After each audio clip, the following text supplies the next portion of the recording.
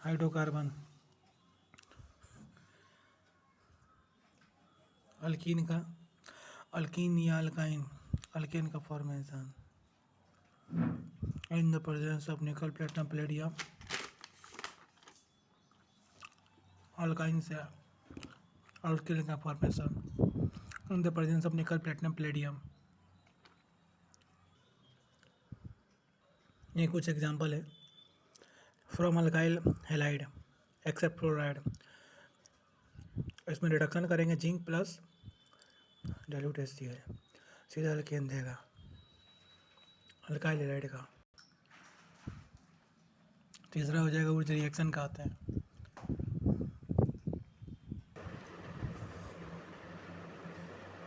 ये Wurtz reaction है।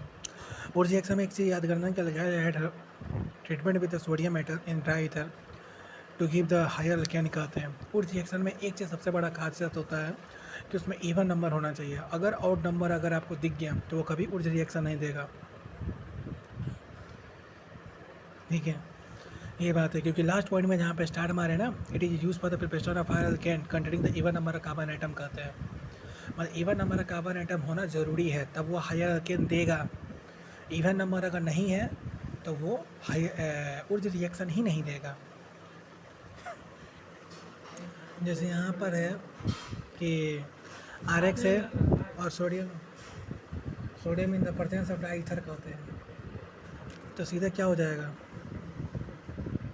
सीधे उसका क्या हो जाएगा, बोन टूटेगा, रेडिकल बनेगा और दो रेडिकल को जाके चिपका देंगे। तो कहते हैं ना, एक का जीरोक्स कॉपी बनकर दोनों में ज्वाइंट कर देना, बस हम शकल बनाइए और दोनों को जोड़ दीजिए। वुड्स रिएक्शन में यही खासियत होती है। ठीक है, जैसे आपको यहाँ पे एग्जांपल जितना दिख रहा है, ये 1 2 ये कुछ नहीं करना है। जहाँ रेडिकल है उसको हम लोग क्या करेंगे, रेडिकल को तोड़ेंगे। ठीक है, मतलब जहाँ पर ये रेडिकल नहीं, मतलब सॉरी, हाइड्रोजन जहाँ पे लगा, जैसे BrCl जहाँ पे लगा रहता है उस पॉइंट को, वहाँ से बॉन्ड को तोड़ेंगे, रेडिकल बनाएंगे, रेडिकल का मिरर इमेज बनाएंगे, एकदम मिरर इमेज बना के, और फिर उसके बाद चिपका देंगे। जैसे यहाँ देखिए, इसका मिरर इमेज बनाए, चिपका दिया गया। ये एक पॉइंट हो जाएगा इंटरमॉलिक्यूलर और इंटरमॉलिक्यूलर। इंट्रामॉलिक्यूलर का मतलब हो जाता है कि जब दो हैलोजन अपने में ही करें उसको बोलते हैं इंट्रा, और जो अलग अलग करें उसको बोलते हैं इंटर। ये दो अलग अलग होगा इंटर कहते हैं, और ये क्या हो जाएगा, इंट्रा कहते हैं। तो इंट्रा मतलब अंदर और इंटर मतलब ये दो कंपाउंड है। तो इसका मतलब कि अगर ये स्ट्रक्चर है तो ये हो जाएगा इंट्रा, मतलब अंदर ही बना, रेडिकल रेडिकल टूटा, डॉट डॉट बना, अंदर बन गया। इसमें क्या होगा, रेडिकल रेडिकल टूटेगा, मतलब सॉरी हैलोजन टूटेगा, बॉन्ड उसका तोड़ेंगे, रेडिकल बनाएंगे और उसका मिरर इमेज बनाकर, ये क्या है, मिरर इमेज है ना, हम शकल बनाएंगे उसका, हम शकल, और दोनों को जोड़ देंगे तो बन जाएगा क्या चीज़, ये नहीं बनता है, ये बनता है। ये तब बनता है ना, ये तब बनता है जब इंट्रा होता है। यहाँ पे आपको लगेगा कि ये कि इंट्रा बनेगा, यहाँ पाई बॉन्ड बना देंगे, लेकिन ये नहीं बनेगा। ठीक है, ये बनेगा क्योंकि यहाँ से यहाँ लाइन जोड़ देते हैं। ये रेडिकल को तोड़ेंगे, मतलब ये हाइड्रोजन को तोड़ेंगे, डॉट डॉट, और दोनों को जोड़ देंगे, देखो ये बन गया। तो इसको क्या बोलेंगे, इसको बोलेंगे इंट्रा, इसको बोलेंगे इंट्रा, ये हो जाएगा इंट्रा कहते हैं। ठीक है, डीकार्बोक्सिलेशन में याद करना है कि sodium salt carboxylic acid on heating with soda lime. Soda lime का मतलब NH प्लस कैल्शियम ऑक्साइड कहते हैं। तो सीधे COOH या COONA वो सीधे हट कर हाइड्रोजन लग जाता है। ठीक है, RCOOH हो जाएगा तो R हो जाएगा, RCOONA हो जाएगा तो R हो जाएगा। ये आपके सामने सवाल है, इस टाइप का सवाल ही आपको मिलेगा, एकदम हूबहू देखते रहिए। जहाँ COONA है, आँख बंद करके सीधे वहाँ पर H जोड़ दीजिए एकदम, जैसे यहाँ पे COOH हो जाएगा, H हो गया। अरे सीधे बॉन्ड हटा देना का, COOH और COONA हटाओ और H लगाओ, फार्मूला यही लगता है। कॉल्वेट इलेक्ट्रोलाइसिस में क्या हो जाएगा, कॉल्वेट इलेक्ट्रोलाइसिस में हो जाएगा कि अगर एकदम सेम टू सेम आपको ये वुड्स रिएक्शन जैसा ही लगेगा, क्योंकि RCOONA इलेक्ट्रोलाइसिस जब करेंगे तो वहाँ से COONA हटेगा, उसका एकदम 2 कॉपी बनाएंगे, एकदम जोड़ देंगे, जैसे just like a Wurtz reaction, हूबहू ऊर्ज रिएक्शन। कुछ पॉइंट यहाँ पे है। हाइड्रोजन जो होता है वो कैथोड पे निकलता है, CO2 एनोड पे निकलता है, अल्केन जो होता है एनोड पे निकलता है। नेचर कैसा हो जाता है, बेसिक pH बढ़ जाता है। ये रहा आपका एग्जाम्पल। DM का मतलब वो डायरेक्ट मेथड लगाते हैं, कहीं कहीं पॉइंट जगह पे DM लिखा रहता है, DM का मतलब वो डायरेक्ट मेथड हो जाता है। तो यहाँ पे क्या हो जाएगा, जिस तरह ये बना हुआ इलेक्ट्रोलाइसिस करेंगे, यहाँ से हटाएंगे, रेडिकल बनाएंगे, रेडिकल बनाकर दोनों को जोड़ देंगे। बता सकते हैं कि इंटर है कि इंट्रा? ये है इंट्रा, नहीं इंटर है, क्योंकि दोनों का मिरर इमेज बना के चिपकाना पड़ा ना। हाँ, अब देखना ये वाला, अब आपको देखना है ये वाला, ये जो दिख रहा है ना, ये जो COONA इधर है, COONA इधर है, यहाँ से तोड़ेंगे, इसको भी तोड़ेंगे, रेडिकल बनाएंगे, तो ये अंदर बनेगा, जिसको बोलते हैं क्या चाहिए, इंट्रा। तो ये इंट्रा बनेगा, ये इंटर बनेगा। ठीक है, ऐसे भी इंटर बस जानने के लिए है, ज़्यादा उसमें जोड़ नहीं देना है, बस समझ जाना है कि इंटर बनेगा कि इंट्रा बनेगा। एक चीज़ ज़रूर जानना कि ये जो नीचे जो बना है ना, बॉन्ड इंथैल्पी अगर कम रहेगा, बॉन्ड एनर्जी कम रहेगा, तो रेट ऑफ रिएक्शन ज़्यादा रहेगा। ठीक है, ये थोड़ा सवाल है उस रिएक्शन के बेसिस पर जो बना हुआ है। और दूसरी बात याद रखना कि बल्किनेस अगर ज़्यादा रहेगा तो रेट ऑफ रिएक्शन कम रहेगा। ये भी एक सवाल है उस रिएक्शन पे, ये रेट ऑफ रिएक्शन पूछता है, तो रेट ऑफ रिएक्शन हमेशा कम है, इसका मतलब बल्किनेस ज़्यादा है। दूसरी बात ये हो जाता है कि रेट ऑफ रिएक्शन अगर कम है तो बल्किनेस तो हमारा ज़्यादा ही हो जाता है, और रेट ऑफ रिएक्शन अगर कम है तो आपका जो ये बोन एनर्जी जो होता है वो आपका ज़्यादा हो जाएगा। Rate of reaction inversely proportional to bond energy, rate of reaction inversely proportional to bulkiness कहते हैं। ठीक है, which alkane does not produce by the Kolbe electrolysis, methane. यहाँ से केमिकल प्रॉपर्टी शुरू हो जाएगा हेलोजिनेशन का। हेलोजिनेशन में याद करना कि CH4 हो जाएगा Cl2 लाइट के प्रेजेंस में, एक H हटेगा, एक Cl जुटेगा, फिर Cl2 in the presence of light, फिर एक H हटेगा, फिर Cl2 जुटेगा। तो हाइड्रोजन हटाते जाएंगे, हाइड्रोजन हटाइए और X लगाइए, मतलब कि हेलोजन लगाइए, इसी तरह CCl4 बन जाता है, मतलब कार्बन टेट्राक्लोराइड बन जाता है।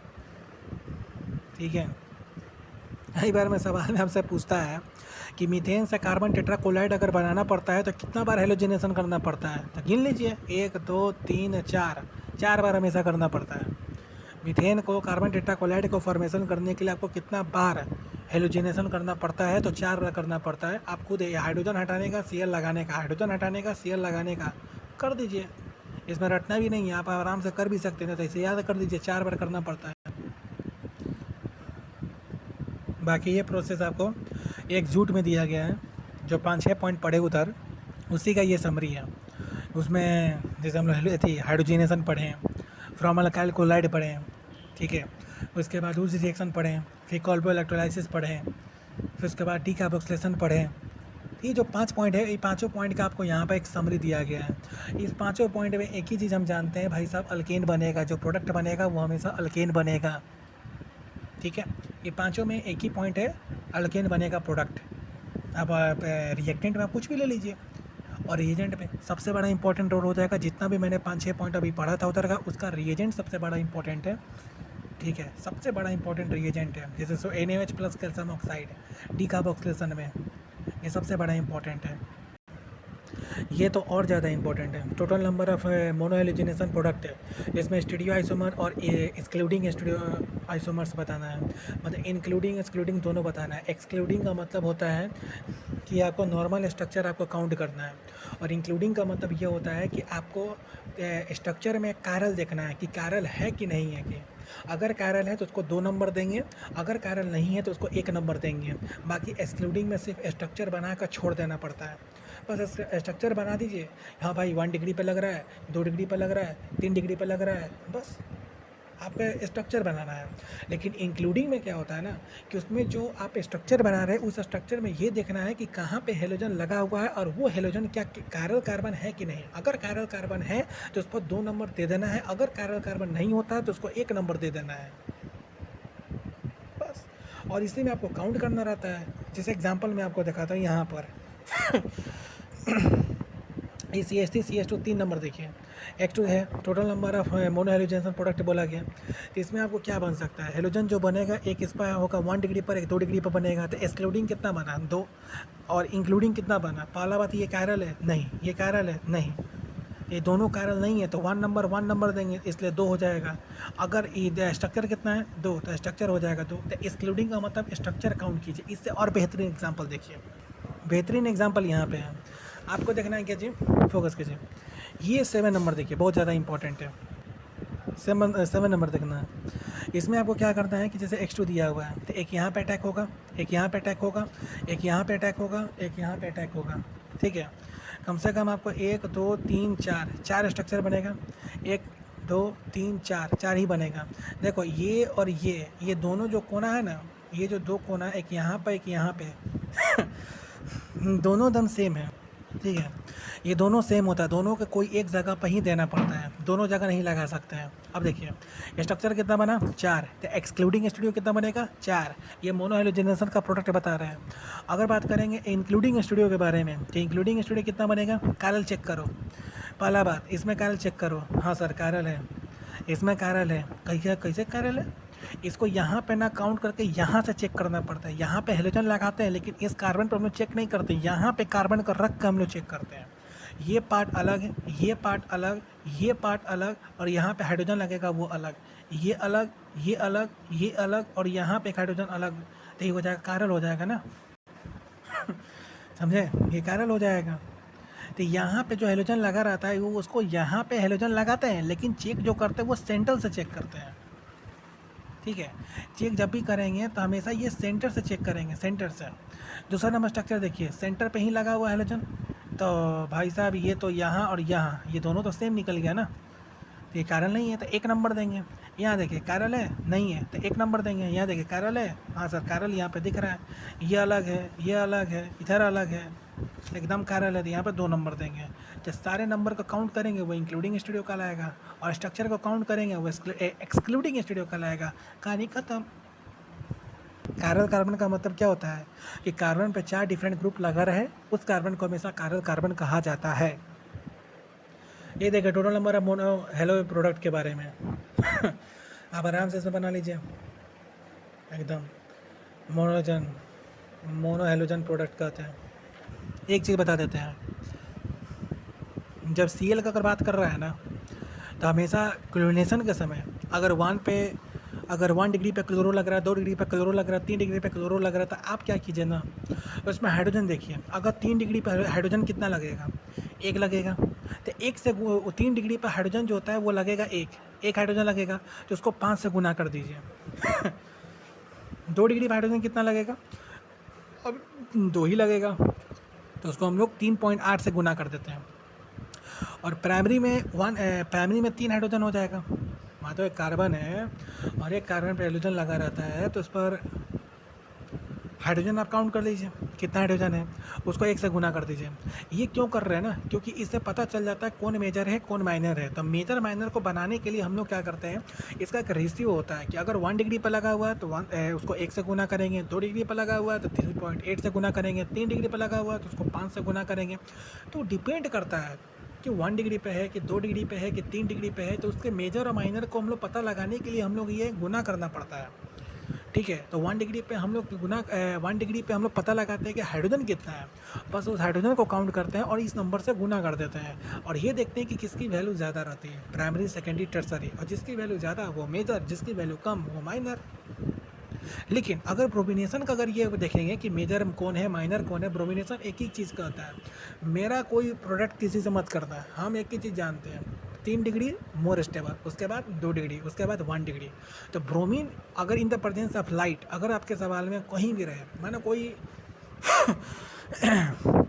अल्केन अगर आपको दिया हुआ है, ठीक है, और उसमें Br2 in the presence of light अगर आपको दिया हुआ है, आंख बंद करके उसका देखना है कि 3 डिग्री कहाँ पे है। अगर 3 डिग्री नहीं है, 2 डिग्री है, तो 2 डिग्री पर एकदम ब्रोमीन लगा दीजिए, क्योंकि वो चाहता है कि 3 डिग्री सबसे ज़्यादा मोर स्टेबल होता है ब्रोमीन के केस में, फिर 2 डिग्री होता है, फिर 1 डिग्री होता है। ये पूरी प्रोडक्ट है ब्रोमिनेशन का, और ये प्रोडक्ट जो आपको देख रहे हैं ना, ये क्लोरीनेशन का है। देख लीजिए, यही है ब्रोमिनेशन का मेजर प्रोडक्ट, जो हमेशा कहता है कि 3 डिग्री मोर स्टेबल है, और आपका सामने खुद ही डायग्राम बना हुआ है, एक यहाँ पे लगा हुआ है, एक यहाँ पे लगा हुआ है, तो मेजर यही ना होगा, माइनर ये हो जाएगा। आयोडीनेशन की बात करें तो ये आयोडीनेशन हो जाएगा, CH3H हो जाएगा, I2 हो जाएगा।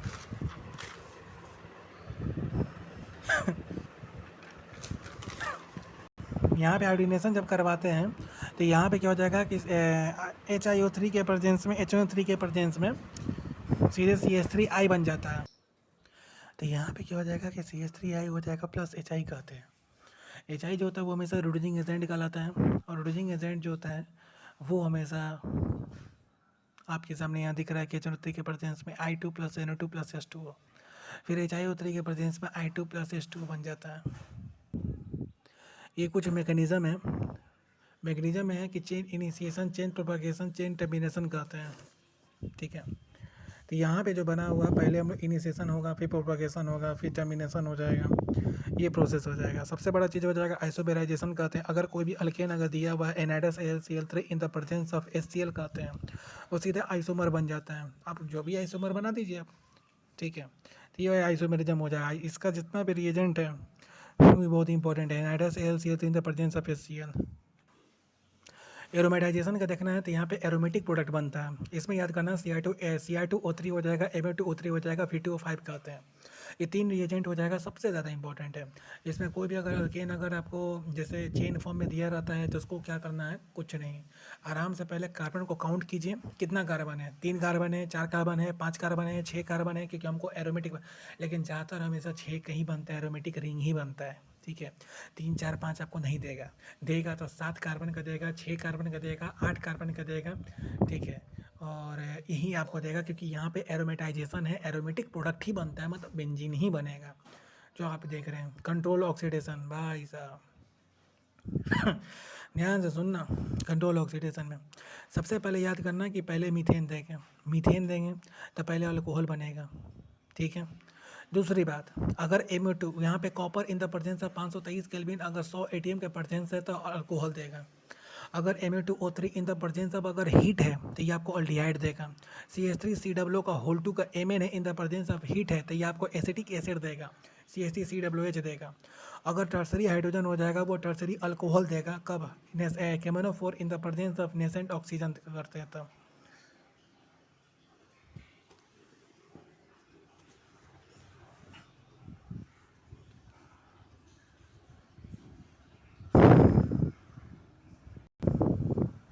ठीक है, ये बात है कंट्रोल ऑक्सीडेशन का। 4 पॉइंट। कंबसन का बात करें तो CXHY plus X plus Y O2 XCO2 plus Y/2H2O। इसमें याद करने का CXHY plus X plus Y/4 O2 सीधे बनेगा XCO2 प्लस Y/2H2O।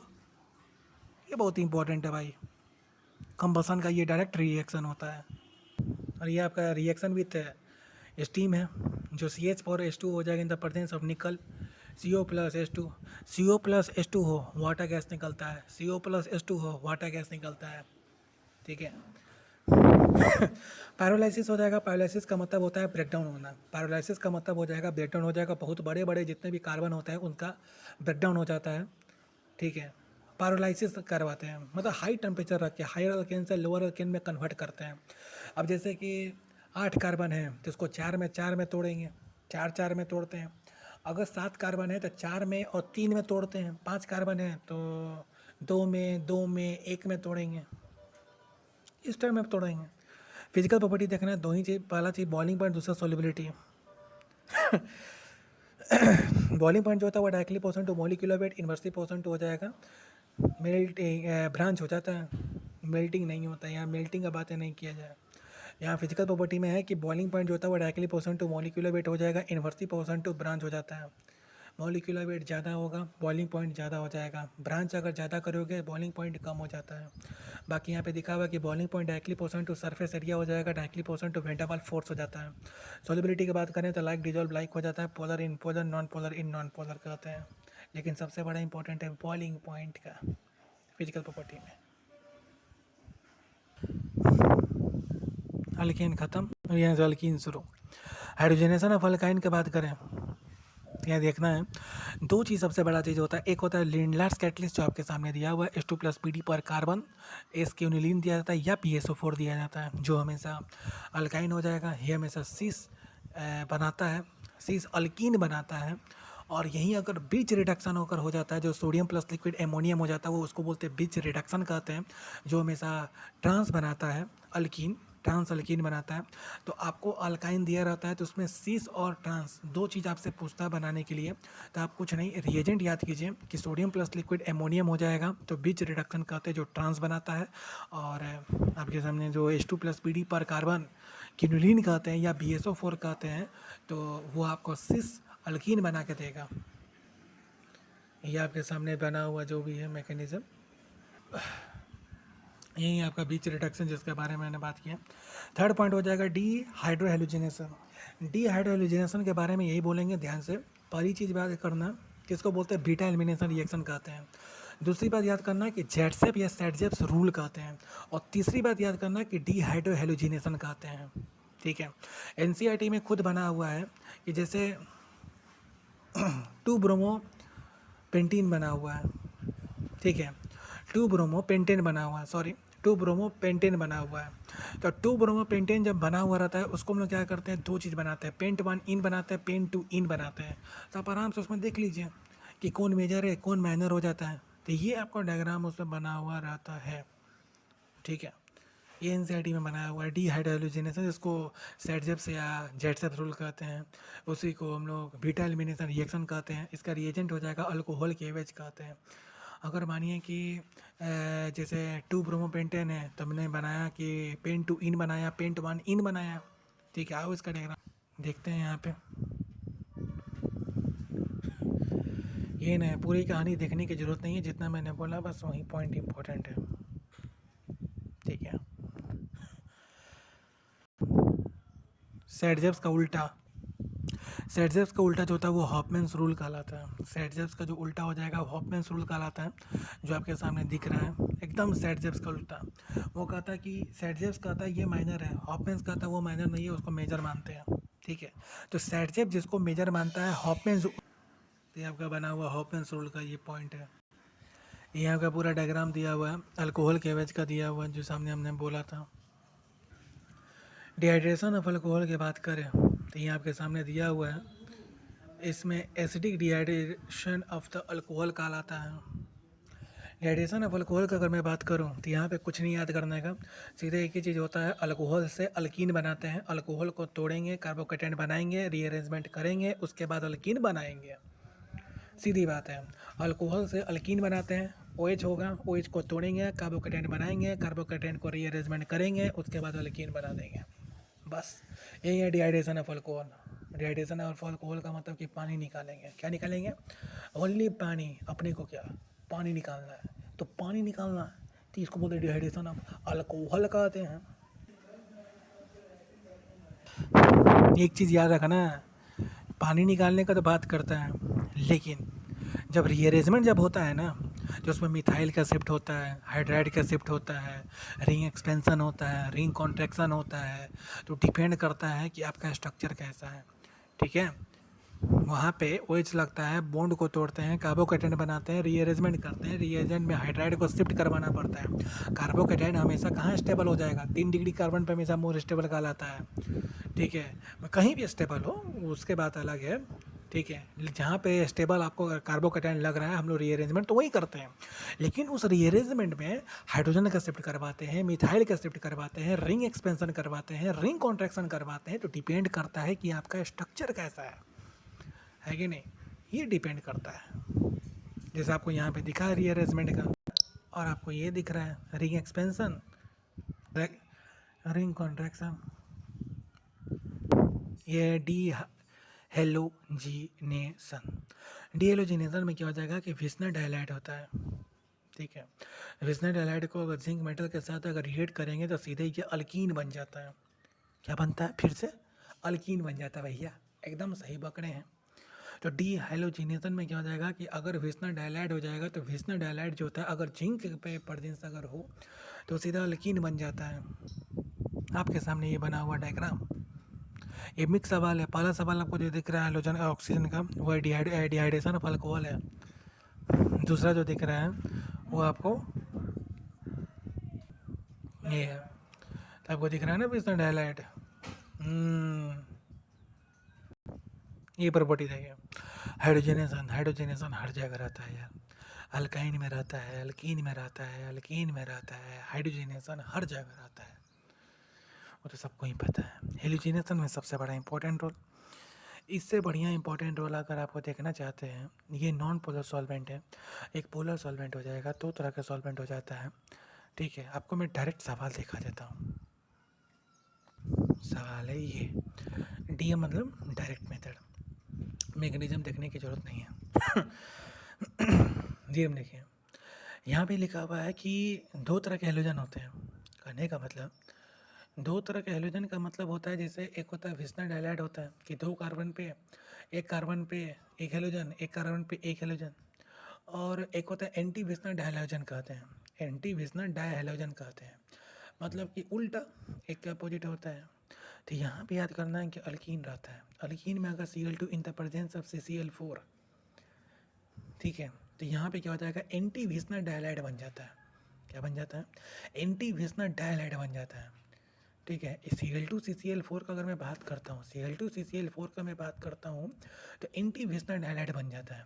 फिर से एंटी विस्नर डायलाइड बन जाता है Cl2 in the presence of CCl4 का मैं बात करता हूँ तब, ठीक है सर, बहुत बढ़िया, ठीक है।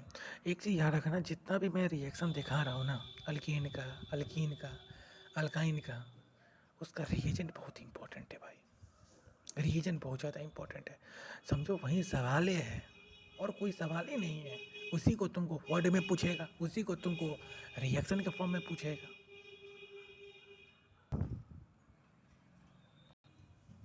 अब यहाँ पे हो जाएगा पोलर सॉल्वेंट कहते हैं, जैसे Br2 in the presence of water, क्योंकि पोलर तो वाटर तो पोलर है ना, ठीक है। तो Br2 in the presence of water, तो यहाँ पे आपको सवाल जो दिख रहा है ना, इसमें आपको डायरेक्ट सवाल ले जाते हैं। सवाल से इम्पोर्टेंट है कि एल्कीन है, बोन तोड़ेंगे ऐसे, तो माइनस ई प्लस हो जाएगा। अब यहाँ पे Br2 in the presence of water है, तो एक Br माइनस हो जाएगा, एक OH माइनस हो जाएगा, दो रेडिकल है, ठीक है। तो हम लोग माइनस को क्या देंगे, माइनस को क्या देंगे, Br, माइनस को देंगे Br, प्लस को क्या देंगे, OH देंगे। हमेशा याद रखना कि OH माइनस हो जाएगा, Br प्लस हो जाएगा, तो प्लस जाएगा माइनस के पास, माइनस जाएगा प्लस के पास। जब भी अगर बॉन्ड टूटता है तो हमेशा प्लस माइनस में टूटता है, तो रेडिकल पर ध्यान देना है कि रेडिकल हमेशा माइनस है कि प्लस है। अगर माइनस प्लस अगर है तो हमेशा याद रखना कि प्लस जाएगा माइनस के पास, माइनस जाएगा प्लस के पास, बस ये रूल होता है। ये देखिए साक्षात एकदम सामने सवाल, बॉन्ड तोड़िए, प्लस माइनस में कीजिए Br2 और H2O के प्रेजेंस से, Br2 in the presence of H2O, Br2 से Br माइनस और OH माइनस, दो रेडिकल बन जाता है। और आपको पता है ये OH माइनस बनता है और Br प्लस बनता है, तो प्लस को निगेटिव पसंद है और निगेटिव को प्लस पसंद है, तो जो पसंद है उसको दे दो, यही बनता है। एडिशन ऑफ HX कहते हैं, इसमें कुछ नहीं है, अल्कीन है, बॉन्ड को तोड़ेंगे, कार्बोकेटाइन बनाएंगे, रीअरेंजमेंट करेंगे, उसको चुपचाप जाके हैलोजन को अटैक करवा देंगे प्लस की जगह पे जहाँ पे कार्बोकेटाइन बना है। फिर से अल्कीन है, बॉन्ड को तोड़ेंगे, कार्बोकेटाइन बनेगा, रीअरेंजमेंट करेंगे, रीअरेंजमेंट करने के बाद सीधे जाकर वहाँ पे हैलोजन अटैक करेंगे। कई बार हमको लगता है कि रीअरेंजमेंट का मतलब ही लोग नहीं समझते। रीअरेंजमेंट का मतलब यही होता है कि भाई साहब कार्बोकेटाइन को वहीं पे जाकर पहुंचा देते हैं जहाँ पे वो मोर स्टेबल कहलाता है। जो जीओसी के सबसे लास्ट वाले टॉपिक पे हम लोग पढ़े थे ना कि स्टेबिलिटी ऑफ कार्बोकेटाइन, कार्बोएनाइन या फिर रेडिकल, ये जीओसी में ही है। वहीं पर सबसे बड़ा इंपॉर्टेंट रोल है कि स्टेबिलिटी ऑफ कार्बोकेटाइन कहाँ पे मोर स्टेबल हो जाता है। तो हमेशा 3 डिग्री पे, 2 डिग्री पे, 1 डिग्री पे, ये हमेशा होता है। 3 degree greater than, 2 degree greater than, 1 degree कहते हैं। तो हमेशा देखना है, जैसे यहाँ पे वो पहला नंबर जो सवाल दिया गया ये वाला, तो यहाँ पे कार्बोकेटाइन मोर स्टेबल है क्योंकि 2 डिग्री पर है। इसको रीअरेंजमेंट क्या करेंगे, नहीं करेंगे रीअरेंजमेंट, डायरेक्ट वहाँ Br चिपका देंगे। लेकिन यहाँ पे देखिए, यहाँ पे प्लस है तो यहाँ पे 3 डिग्री है ना, तो यहाँ से हाइड्रोजन लेंगे, इस हाइड्रोजन को घुमा के यहाँ चिपका देंगे। ये देखिए ये आपको क्या बन रहा है, हाइड्रोजन ही तो बना है, एक ये, एक ये, एक ये, यहाँ से हाइड्रोजन बनेगा, तो ये हाइड्रोजन को उठा कर यहाँ चिपका देंगे। मतलब कि यहाँ पे हाइड्रोजन उठा के यहाँ ला देंगे और ये प्लस को उठा के यहाँ ला देंगे, तो ये बन जाएगा। उसके बाद Cl को अटैक करवा देंगे, तो ये हो जाएगा रीअरेंजमेंट कहते हैं। तो hydride shift, methyl shift, ring expansion, ring contraction करना पड़ता है। तो डिपेंड करता है कि आपका स्ट्रक्चर कैसा है। HBr पेरोक्साइड का बात करेंगे, जहाँ भी एडिशन ऑफ HBr पेरोक्साइड अगर होता है तो हमेशा याद रखना कि वो सीधे कहता है कि भाई साहब बॉन्ड को तोड़ेंगे और जहाँ भी अगर निगेटिव रहेगा वहीं पर हम लोग सीधे Br को जोड़ देंगे, ठीक है। अगर मानिए कि आपके सवाल में अगर HCl पेरोक्साइड अगर है तो भाई साहब उसमें नहीं लगेगा। पेरोक्साइड हमेशा ब्रोमीन में लगता है, और ब्रोमीन के अलावा कोई भी अगर चीज़ में अगर पेरोक्साइड अगर जोड़ दिया आपके सवाल में तो सीधे आपको वही लगाना है जो मैंने पिछले बार अभी बताया था एडिशन ऑफ HX के बारे में। बॉन्ड तोड़ेंगे, कार्बोक्रेट बनाएंगे, रीअरेंजमेंट करेंगे, चुपचाप जाकर ऐड करेंगे। लेकिन अगर एडिशन ऑफ HBr पेरोक्साइड अगर आपको दिख गया, HBr पेरोक्साइड अगर आपको दिख गया, पेरोक्साइड का मतलब हो जाएगा CH3COO का होल 2 का O, ठीक है। कई बार तो पता ही नहीं चलता है पेरोक्साइड। तो यहाँ पे याद करना कि HBr, तो इसमें याद करना कि HBr अगर पेरोक्साइड अगर आपको दिख गया तो उसमें सीधे करेंगे, बॉन्ड तोड़ेंगे, प्लस माइनस में करेंगे और निगेटिव की जगह पे ब्रोमीन को जाकर जोड़ देंगे। ये पूरी कहानी है। एडिशन ऑफ सल्फ्यूरिक एसिड, ये ओलियम को जोड़ा जाता है, H2SO7 हो जाए जिसको ओलियम कहा जाता है, जिसमें क्या करेंगे, बॉन्ड को तोड़ेंगे प्लस माइनस में और सीधे जाकर OSO3H जोड़ दिया जाता है। एडिशन ऑफ वाटर का बात करें तो यहाँ पे क्या करते हैं कि देखो, अब याद कीजिए डिहाइड्रेशन ऑफ अल्कोहल के बाद किए थे हम लोग OH को हटाकर अल्कीन बनाते हैं। अब यहाँ पे क्या है ना कि अल्कीन से अल्कोहल बनाना है, ठीक है। तो डाइल्यूट H2SO4 हो जाएगा, ये H3O+ हो जाएगा। ये रिएजेंट अगर आपको सामने अगर दिख गया तो समझ जाइए कि आपको अल्कीन से अल्कोहल बनाना है। तो अल्कीन से क्या करेंगे कि बॉन्ड को पहले तोड़ेंगे, कार्बोकेटाइन बनाएंगे, कार्बोकेटाइन का रीअरेंजमेंट करेंगे, उसके बाद चुपचाप आराम से OH को जाकर वहाँ पे जोड़ देंगे। बस यही कहानी है एडिशन ऑफ वाटर। सबसे बड़ा चीज़ हो जाएगा यहाँ पे ऑक्सीडेशन है। डाइल्यूट अल्कलाइन KMnO4 कहते हैं। बेयर्स रिएजेंट का नाम तो सुनबे किए होंगे। कभी कभी तो इसका रिएजेंट पूछता था कि cold dilute aqua solution of potassium permanganate कहते हैं, जिसको बेयर्स रिएजेंट कहलाता है। डाइल्यूट अल्कलाइन KMnO4 कहते हैं। इसमें अल्कीन हो जाएगा। अल्कीन में क्या करेंगे, अगर बेयर्स रिएजेंट का अगर है डाइल्यूट अल्कलाइन KMnO4 अगर मौजूद अगर होगा तो सीधे क्या करेंगे कि OH को सीधे तोड़ देते हैं और सीधे विजनल डायोल हो जाता है। क्या हो जाएगा, विजनल डायोल कहते हैं, सिस इफेक्ट कहते हैं। अभी हमने आपको एक चीज़ बताया था कि एंटी विजनल डायोल बनता है, वो कहाँ बनता है? एंटी विजनल डायोल जो होता है वो कहाँ बनता है? नहीं, मेरे सवाल दिमाग में आया कि anti vaginal diol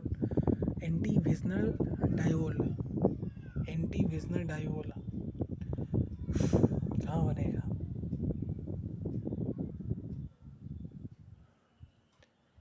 anti vaginal diol जो होता है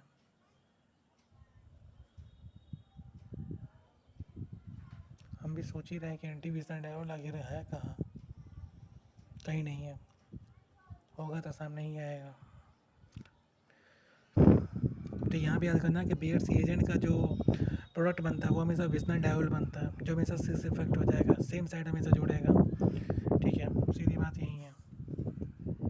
CH2 double bond CH2 bears reagent के प्रेजेंस में सीधे क्या करेंगे कि बॉन्ड है, बॉन्ड को सीधे तोड़ेंगे और वो जो है इसको सीधे सेम साइड में जाकर जोड़ देंगे। उसको बोलते हैं क्या जी, विजनल डायोल करते हैं। पाई बॉन्ड तोड़ो, वो जो सेम साइड में जाकर जोड़ो, ये है रिएजेंट। ओजोलाइसिस की बात करते हैं। ओजोलाइसिस में सबसे बड़ा चीज़ हो जाएगा रिडक्टिव ओजोलाइसिस और एक हो जाएगा ऑक्सीडेटिव ओजोलाइसिस। दो तरह का ओजोलाइसिस होता है। रिडक्टिव में हो जाएगा O3 + CCl4 zinc, O3 + CCl4 Zn+H2O, O3 + CCl4 Me2S कहते हैं। ये तीन ऐसा रिएजेंट हो जाएगा जो सबसे ज़्यादा इंपॉर्टेंट है, ठीक है। इसका प्रोडक्ट हमेशा एक ही बनेगा, कीटोन और अल्डिहाइड बनता है। कुछ नहीं करना है, O गो, तो यहाँ से O बनेगा, ये कीटोन बनेगा, कीटोन बनेगा, ठीक है। रिडक्टिव ओजोलाइसिस में कीटोन बनेगा और अल्डिहाइड बनेगा। यहाँ पे सवाल है, सवाल में है O से तोड़ेंगे सीधे अल्डिहाइड बनेगा और कीटोन बनेगा, ठीक है। अल्डिहाइड बनेगा, कीटोन बनेगा, दो चीज़ हमेशा बनता है। एक चीज़ मैं आपको बताना चाहता हूँ कि ये जो रिएजेंट जो लिखा है ना, ये बस ये रिएजेंट आपको याद रखना है कि रिडक्टिव का है कि ऑक्सीडेटिव का है, क्योंकि रिएजेंट का ही सबसे बड़ा इंपॉर्टेंट रोल हो जाएगा, क्योंकि रिडक्टिव ओजोलाइसिस में रिएजेंट को ही पकड़ के हम लोग पकड़ सकते हैं कि एल्डिहाइड बनेगा, कीटोन बनेगा। अगर ऑक्सीडेटिव का रिएजेंट अगर होगा तो कार्बोक्सिलिक एसिड बन जाता है और कीटोन बन जाता है। ये देखिए ऑक्सीडेटिव ओजोलाइसिस की बात करें, प्रोडक्ट में हमेशा कार्बोक्सिलिक एसिड और कीटोन बन जाता है। यही O3+CCl4H2O, O3+CCl4H2O2 और KMnO4H+ या हॉट या K2Cl2O7 कहते हैं। तो ऑक्सीडेटिव ओजोलाइसिस हो जाएगा जिसका प्रोडक्ट हमेशा के COH और कीटोन बन जाता है। देखो एक चीज़ हम बताते हैं, यहाँ पे याद ये करना है क्या है, ये देखिए ये हिंदी में भी लिखा हुआ है, ठीक है। पहले कुछ नहीं करना है, पहले ये देखना है कि रिएजेंट क्या है, ऑक्सीडेटिव है कि रिडक्टिव है। दूसरी बात क्या करना है कि कीटोन तो दोनों में बनेगा ही बनेगा, 100% है कीटोन जो का है 100% है कि दोनों में बनेगा। लेकिन अल्डिहाइड की कार्बोक्सिलिक एसिड बनने का डिपेंड करता है कि ऑक्सीडेटिव है कि रिडक्टिव है, ठीक है। डिपेंड करता है कि ऑक्सीडेटिव है कि रिडक्टिव है। अगर ऑक्सीडेटिव है तो कार्बोक्सिलिक एसिड बनेगा, तो कार्बोक्सिलिक एसिड बनेगा कैसे सर, तो पहले उसको अल्डिहाइड बनाएंगे, उसके बाद अल्डिहाइड के बाद उसके बाद हम लोग कार्बोक्सिलिक एसिड बनाएंगे, ठीक है। ये अल्कोहल फेनॉल ईथर में हम लोग पढ़ेंगे, वहाँ पे खुद लिखा हुआ ऑक्सीडेशन में कि 1 डिग्री अल्कोहल को हम लोग अल्डिहाइड बनाते हैं, 2 डिग्री अल्कोहल को कीटोन बनाते हैं, 10 डिग्री अल्कोहल को नहीं बनाते हैं। तो मोआ एंड सोआ मतलब कि माइल्ड ऑक्साइडिंग एजेंट और स्ट्रॉन्ग ऑक्साइडिंग एजेंट, तो वो अल्कोहल फेनॉल ईथर में आपको मिलेगा, ठीक है। तो यहाँ पे पहले क्या करेंगे कि ऑक्सीडेटिव है कि रिडक्टिव है, पहले दोनों को पहले रिएजेंट से पकड़ेंगे, उसके बाद पकड़ने के बाद हम लोग एक्शन लेते हैं, ठीक है। कि क्या बनेगा, कीटोन तो सब में बनता है भाई, ऑक्सीडेटिव रिडक्टिव दोनों में कीटोन बनता है। डिपेंड करता है कि कार्बोक्सिलिक एसिड बनेगा कि एल्डिहाइड बनेगा, वो डिपेंड करता है रिएजेंट पे कि O3+CCl4H2O है कि O3+CCl4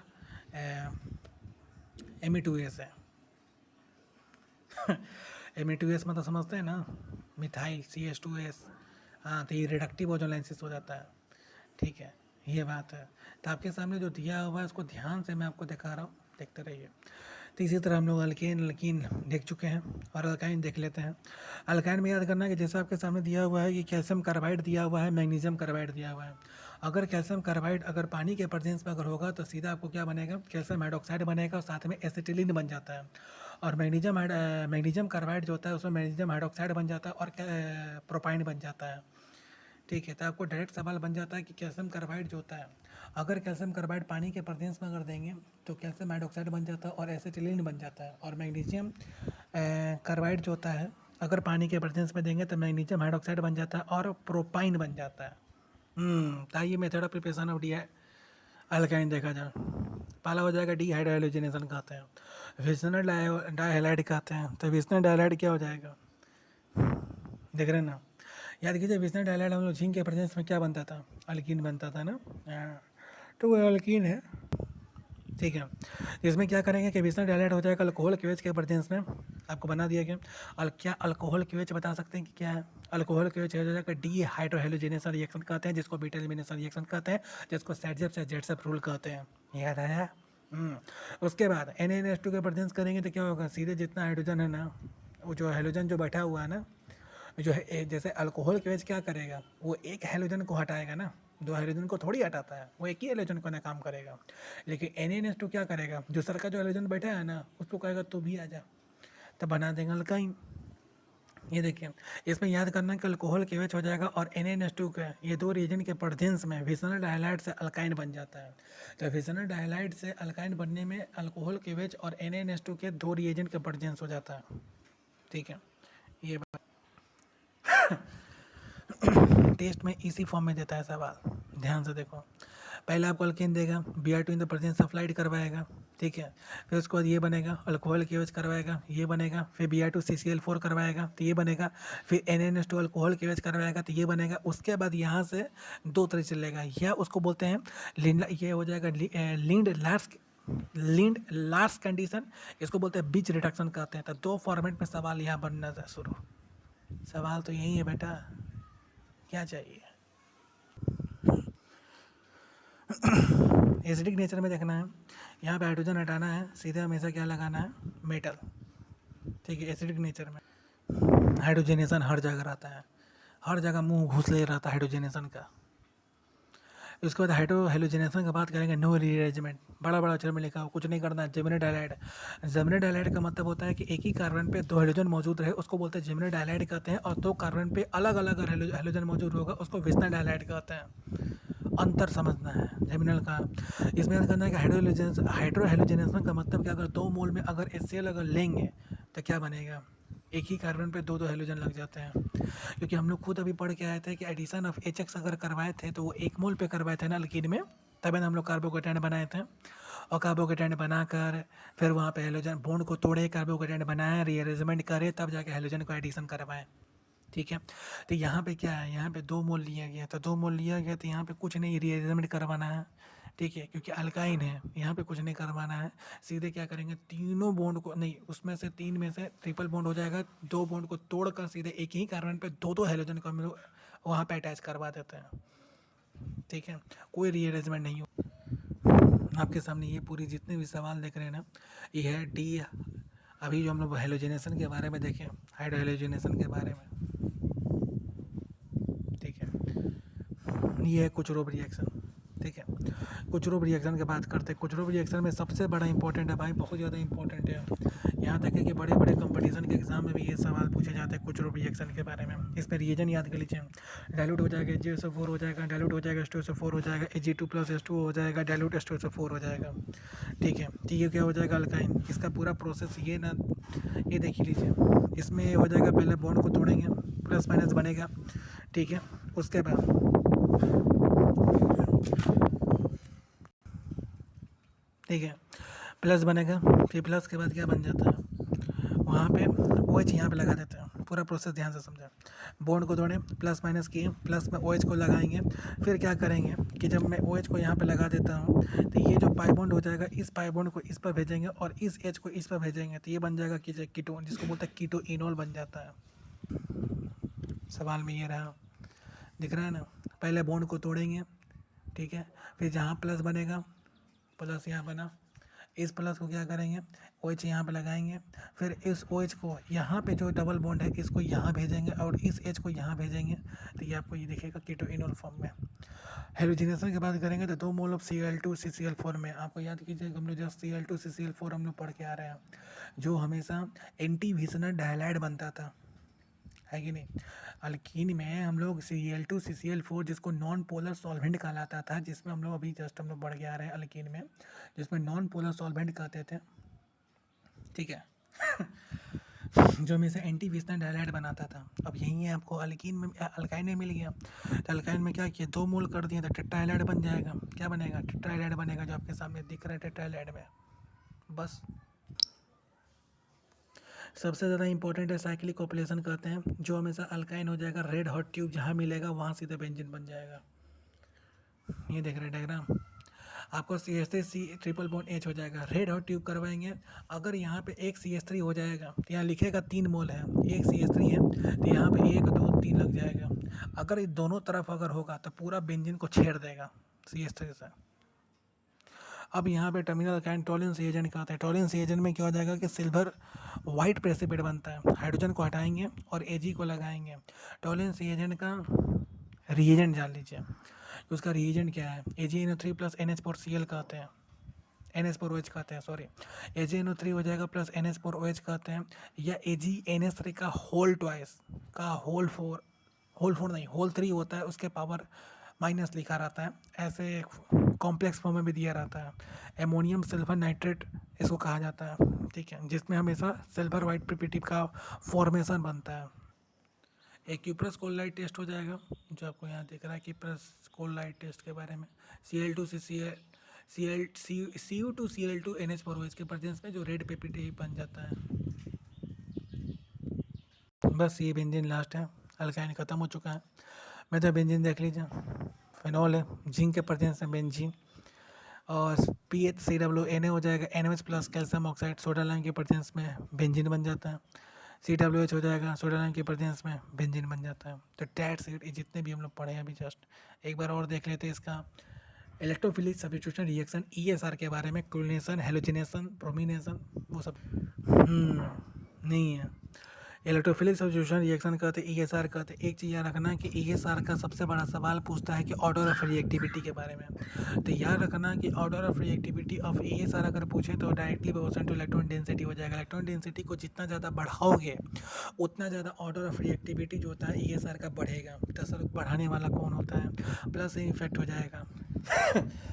जैसे आपके सवाल में दिया रहता है तो उसमें पूछता है क्या चीज़ कि ये बताना है कि इसमें इलेक्ट्रॉन डेंसिटी सबसे ज़्यादा किसका हो जाएगा। तो इलेक्ट्रॉन डेंसिटी ज़्यादा उसी का रहता है जिसका प्लस एम इफेक्ट सबसे ज़्यादा रहता है। तो आप चेक कर लीजिए, हमने प्लस एम माइनस आई प्लस आई के बारे में मैंने वीडियो बना चुका है, ठीक है, जाकर एक बार देख लेने का, ठीक है।